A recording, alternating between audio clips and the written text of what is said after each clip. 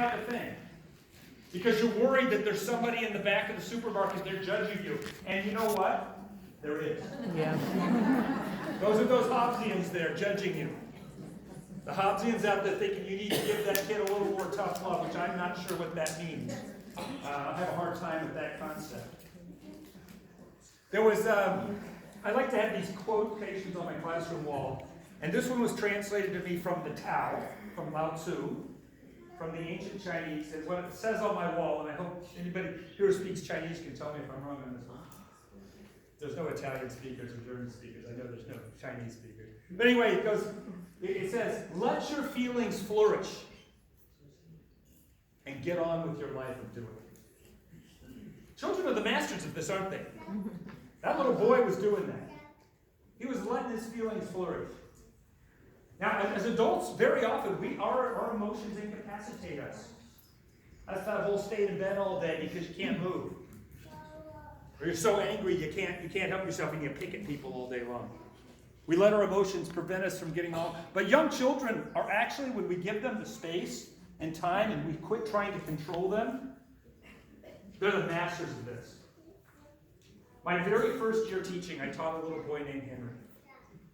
And so this was 20 years ago. And I don't think Pinterest existed, but I'd probably seen a magazine or something about this beautiful provocation. You've seen these before where, they're really gorgeous online and then you do it, in your classroom and as soon as kids touch it, it's completely different. But I had thought, okay, I have these needlepoint hoops and I had all these balls of yarn.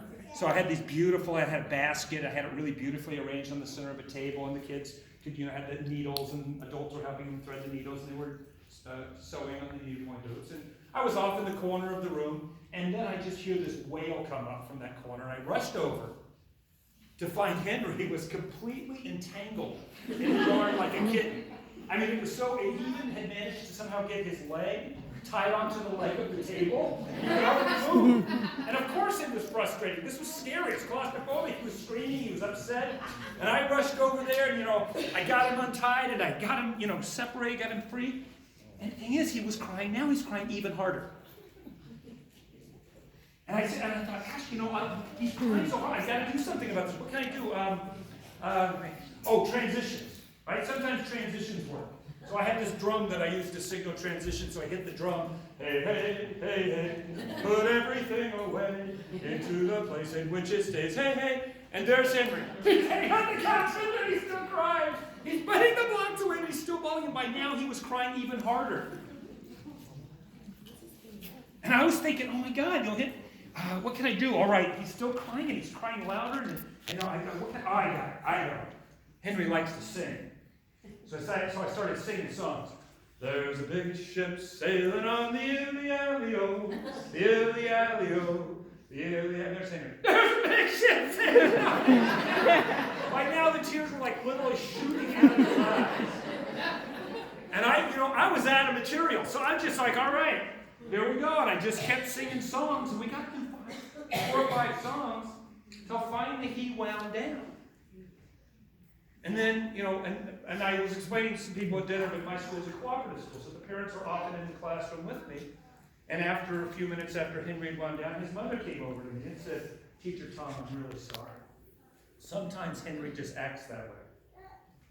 By then I had time to reflect, that reflective thing. And I said to Kirsten, Henry's my hero.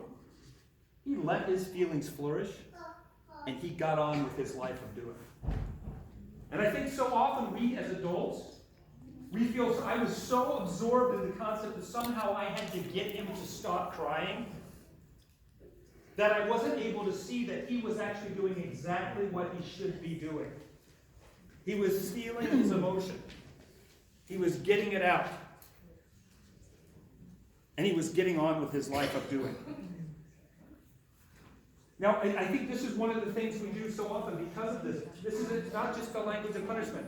The other piece too is I remember when my daughter was young, she went to visit her grandmother's house for Bible. And she went to visit Bible, she loved her Bible. But this day when I picked her up, she was about 4 years old, I picked her up and I said, so, do you have fun with Bible today? And she said, no. And I said, what's wrong? She said, well, I'm mad at Bilo. Oh, I said, why are you mad at her? And she said, well, she kept trying to tell me how I feel. And I said, what do you mean? She said, well, I was mad at her, and she said I didn't have anything to be mad about. Right? We've all heard that one, right? You know, that's nothing to cry about. Or, you know, the classic one is they fall down on the ground, and they're crying, and maybe have a scraped knee, and we say, oh, you're all right. No, they're not. They're crying and bleeding. It was not long ago, I was at the Pike Place Public Market. Any of you have been to Seattle, you came to the market, yeah. And everybody, I'm just happy, I'm proud to say, more tourists every year go to Pike Place Public Market than Disneyland. Just so you know. So it is, again, a big, crowded, popular place with colorful things going on, musicians and flowers and produce. And I go there at least once a week just as a tourist in my hometown. And I was down there not long ago, and there was a mother there with her son, about 8 years old. And I heard her son very clearly say, I want to go down that side. And she said, you don't want to go down that side. Took his hand and walked him down this side. This is the language of disbelief. Right? We create a reality around somehow. I mean, the classic one, the language of disbelief, this is the one everybody uses. The child's in the store and they say, I want that toy. You say, you don't want that toy. We're not buying that toy. Yes, they do want that toy. And just as an aside, I just saw a brilliant idea on the internet the other day. Sometimes the internet's wonderful. Is what a parent has started doing is when their child says they want something at the store, the mom will say, it's not on the shopping list, but can I take a picture of you with it? Apparently her son has accepted that. So he takes a picture of himself with all the things he wants. And that's cheap. So share that with your parents and your community. It doesn't work. But I think that's one of the things that I used to consider myself the master of was distraction. Right? The child would be crying. You know, they'll be crying because mommy's left, separation anxiety, a perfectly normal anxiety, right? That is like the classic. Mommy's gone, of course we cry. We're all sad when our mommies leave. There's something wrong if you're not. Even today I'm sad when my mommy leaves. But you have that feeling, and and I used to consider myself the king of distraction. I'd tell parents, I'd say, you know, give me 3 minutes, and they'll be done crying. And the child would start crying, the mom would leave the door, and I'd be like, oh, mommy left. Oh, toys. You know, and I'd get them involved with some activity, and I realize now how incredibly disrespectful that is. This child is having, you as a child having an honest feeling.